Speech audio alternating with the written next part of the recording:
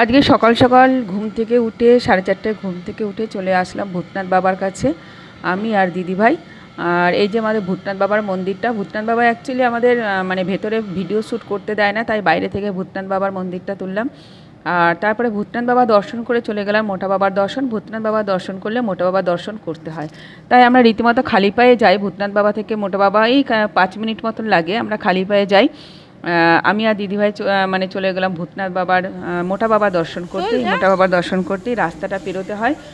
আর এই যে মোটা বাবার আর ভূতনাথ বাবা হচ্ছে আমাদের শোভাবাজারে যেই বহু প্রচলিত বহু পুরনো একটি শিব মন্দির, খুবই জাগ্রত। যে মন থেকে ডাকে তার ডাকে নিশ্চয়ই সাড়া দেয়। এ হচ্ছে আমাদের এই মোটা বাবার মন্দির চলে আসলাম। মোটা বাবার মন্দির অ্যাকচুয়ালি খুবই বহু পুরনো, দেখো মন্দিরটা দেখলেই বুঝতে পারবে। মোটা বাবার দর্শন সবাই, যারা যারা মহাদেবের ভক্ত আছো সবাই মোটা বাবার দর্শন করো। আর কমেন্টে অবশ্যই লিখো হর হর মহাদেব। আর চলো মোটা বাবার দর্শন করা যাক। এই ভেতরে ঢুকে গেলাম মোটা বাবার দর্শন করতে।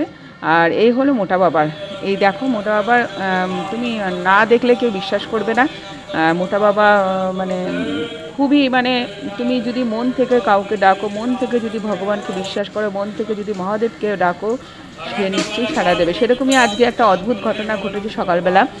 দিদিভাই আধ ঘন্টা ধরে তার গেটের তালাটা খুলতে পারছিল না, আমাকে ফোন করে বললো তুই একটু দাঁড়া আমি আসছি। বলে আমি আধ ঘন্টা দাঁড়িয়ে আছি।